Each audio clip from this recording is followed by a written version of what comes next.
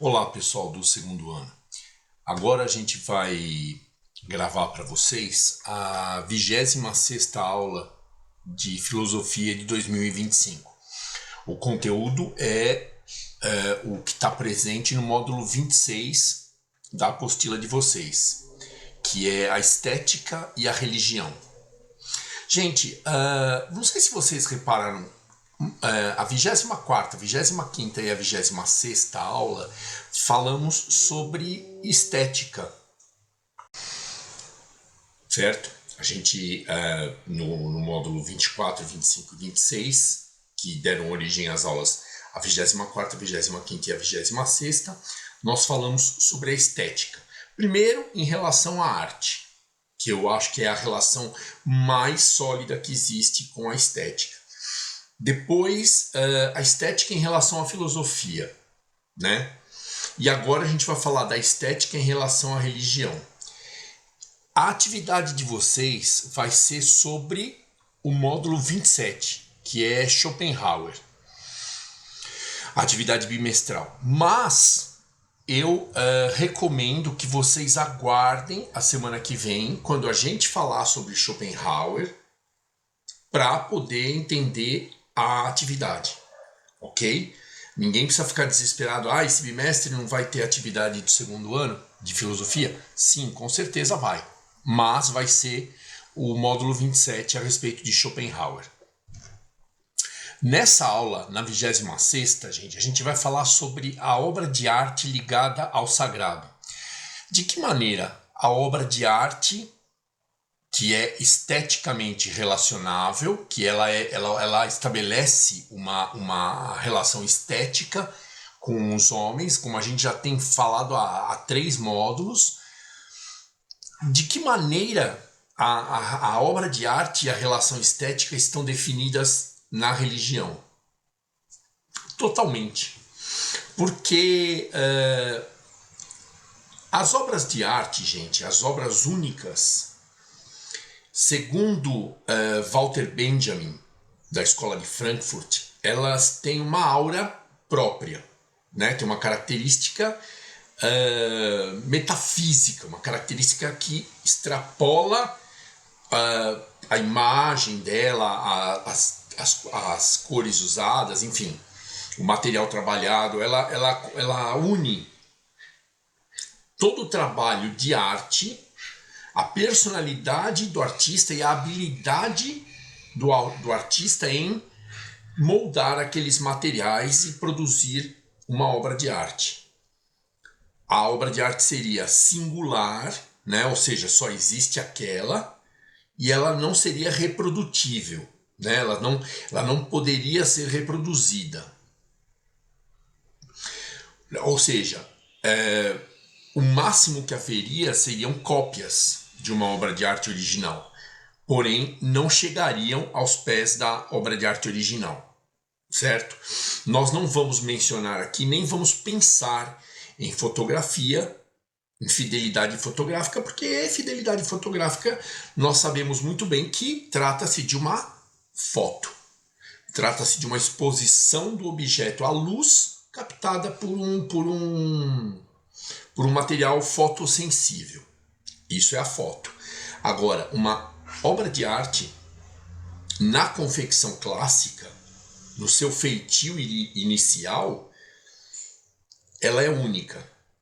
Ela carrega, como eu disse, a habilidade, a espiritualidade do artista no ato de confeccioná-la, de fazê-la, e a habilidade desse mesmo artista de mexer, de manipular os materiais, as ferramentas e a matéria-prima dessa obra.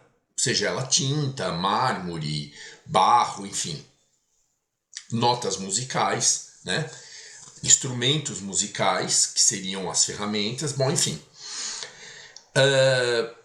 No início, todas as obras de arte eram confeccionadas de acordo com um culto religioso, de acordo com uma credulidade religiosa. Tanto faz se essa credulidade religiosa era politeísta, no caso da Grécia, ou se essa religiosidade era uma religiosidade monoteísta da Idade Média, da era cristã. Olha, só para vocês terem uma ideia, as obras de arte, elas têm uma interpretação religiosa, tanto que, eu vou usar o exemplo aqui da apostila, tá? A Vênus de Milos, que foi confeccionada na Grécia para culto à deusa Vênus, da beleza. Na Grécia, ela era uma deusa que representava a beleza e era cultuada.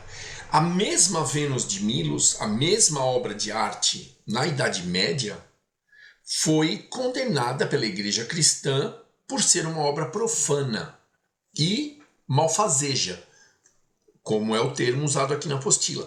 Ela causaria mal. Veja, a interpretação histórica da arte também remete à religião, né? Traz a interpretação religiosa.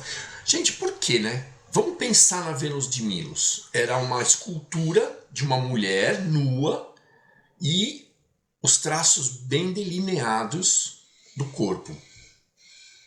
Por que na Grécia ela seria aceita como uma deusa da beleza e cultuada, e pela Igreja Católica ela seria condenada como mundana, profana, malfazeja, transmissora de eflúvios espirituais negativos? Simples, porque na cultura grega admirava-se o belo e não se tinha. Veja só, gente, essa é a análise histórica. É a partir daí que eu gostaria que vocês entendessem que a estética é variável também de acordo com o contexto histórico. E no caso das artes, de acordo com o contexto religioso.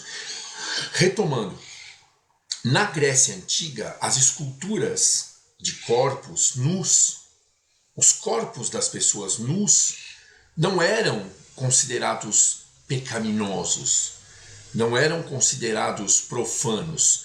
Por quê, gente? Porque na cultura grega, por exemplo, tudo aquilo aconteceu antes da história religiosa, que trazia como início do seu dogma, início do seu mistério, a expulsão de Adão e de Eva do paraíso. Eu não conheço a fundo esse episódio, porém Adão e a Eva andavam nus, né? Até comerem o fruto da árvore da sabedoria, que teria sido proibido por Deus. Depois disso, eles passaram a ter vergonha da parte genital deles e passaram a cobrir as partes genitais. Essa transição, a adoção pela igreja, né? A adoção para a igreja desse episódio como ponto inicial da religiosidade, do contato do homem com Deus, um Deus monoteísta, um Deus único, né? de uma civilização monoteísta, levaria à condenação de toda e qualquer arte ou demonstração de nudez, certo? Condenação como pecado, resultante do pecado original, que era a base do dogma cristão. Veja, gente, com tudo isso, eu estou dizendo que a interpretação estética de uma obra de arte, ela não só varia historicamente, como religiosamente. E a gente cai na teoria social, né? São as sociedades que absorvem uma cultura, no caso daqui nós estamos falando da cultura religiosa, e passam a enxergar as coisas de acordo com o seu conhecimento, certo? Aí a gente vai migrar para racionalismo, empirismo e depois para fenomenologia. tá? Mas isso vocês vão ver o ano que vem, bem visto, porque é disciplina do terceiro ano, né? O racionalismo, a gente vai estudar o racionalismo em filosofia, depois a gente vai estudar o empirismo, e por fim, nós vamos ver com Husserl a fenomenologia, né? A parte da filosofia que tentava unir o racionalismo com o empirismo, analisando a origem dos fenômenos. E admito... Bom, eu não quero dar uma prévia, né? Não quero dar um spoiler, mas se faz necessário nesse momento.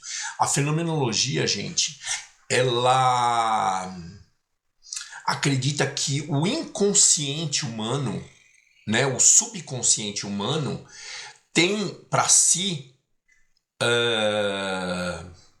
características divinas que podem classificar as informações quanto a verdadeiras ou falsas, coisa que o racionalismo iria deixar claro que só o que pode ser raciocinado é verdadeiro, e o empirismo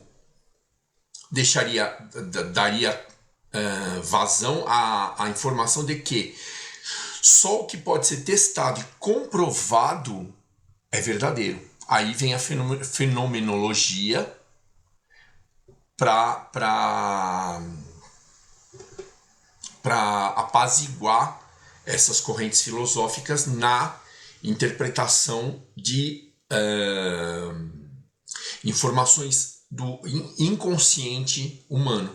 Por isso que a gente liga estética diretamente com subjetividade, como eu falei para vocês há uma ou duas aulas atrás. De acordo com o teu gosto, que nem você entende, ninguém vai entender o teu gosto. Pode entender um genérico, pode classificar o teu gosto numa categoria coletiva, mas não individualmente. O gosto individual, gente, tem tudo a ver com o inconsciente. Por isso que eu estou falando de fenomenologia. Porque lembra que eu usei o exemplo daquele banner do Irapuru, da Tarsila de Amaral, que está na entrada do Objetivo? Muita gente vai olhar aqui e vai falar horrível, sem proporção, sem nada. Se conseguir justificar, mas normalmente vai olhar para aquilo e vai falar horrível, não sabe exatamente o que é.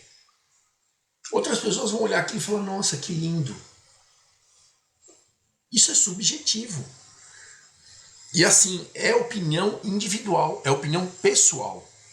Uma pessoa não tem autoridade moral e nem consciente para chegar numa outra e falar assim, essa obra de arte que você achou linda é uma droga, é uma porcaria, é um lixo. E muito menos aquela primeira chegar para aquela segunda que não gostou da obra e falar assim, nossa, essa obra que você está dizendo que não é legal, que não é bonita, não chama a tua atenção, é maravilhosa. E começar a tecer argumentos. Gente, a estética, a simpatia estética, estabelecer uma relação de simpatia estética, de acordo estético, é totalmente subjetivo, né? Você, depois que estabelece a relação de simpatia estética, de acordo estético, você pode começar a racionalizar e descobrir as razões pelas quais você achou aquilo bacana. Certo? Agora, afirmar de cara, eu gostei disso por causa daquilo, acho um pouco difícil, tá? Gente, este módulo é bem curto, o módulo 26 é bem curto, nós não vamos prolongar essa aula de filosofia e já vou deixar o aviso para vocês. A partir do módulo 27, a gente vai começar a ver Schopenhauer. E na minha humilde opinião, eu sou suspeito, mas eu gosto muito de Schopenhauer. Então, a partir do módulo 27, a gente vai ter uma orientação nas videoaulas mais voltada para o entendimento da filosofia em si, né? Como um fim. Ok? Então, até esse momento, eu agradeço a atenção de vocês e desejo bons estudos.